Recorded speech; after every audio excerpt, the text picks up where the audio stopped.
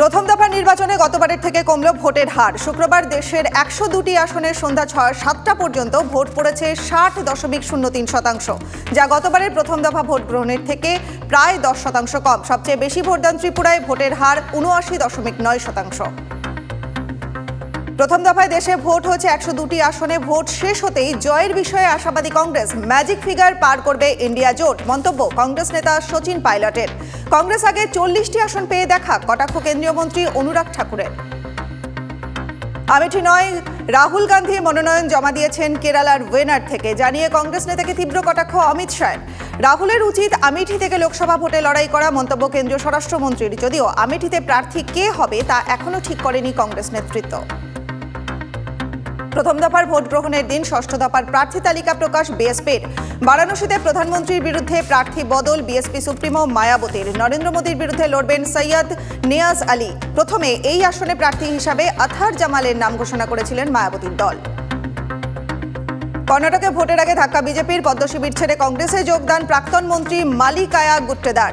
কর্ণাটকের মুখ্যমন্ত্রী সিদ্ধরামাইয়া এবং উপমুখ্যমন্ত্রী ডিকে শিবকুমারের উপস্থিতিতে কংগ্রেসে যোগদান। ২৬ এপ্রিল কর্ণাটকের ১৪ আসনে ভোট, ৭ই মে বাকি ১৪ আসনে ভোট গ্রহণ।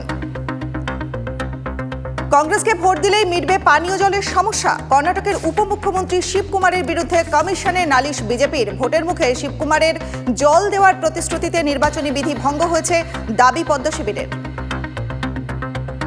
ছত্তিশগড়ের বাস্তারে ভোট কেন্দ্রের বাইরে আইইডি বিস্ফোরণ, নিহত এক সিআরপিএফ জওয়ান। ভোট কেন্দ্রের বাইরে নিরাপত্তার দায়িত্বে ছিলেন ওই জওয়ান।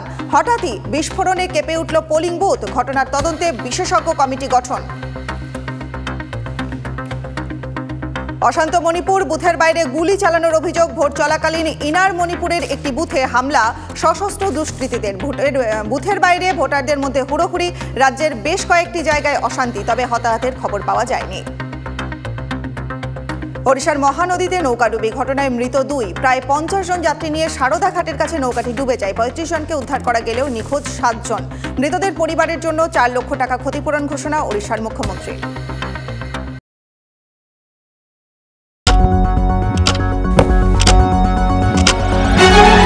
রাজনীতি শুধুই কি রাজার নীতি?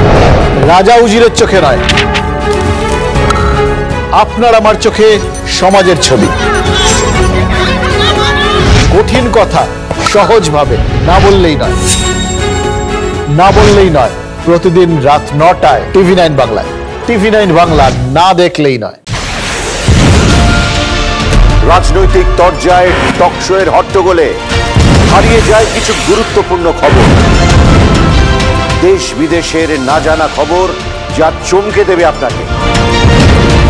সেই খবরই নিয়ে আসি আমি আপনার সামনে। আমি অনির্বাণ চৌধুরী। দেখুন স্ট্রেট কাট, সোম থেকে শনি রাত ১০টায় টিভি9 বাংলায়।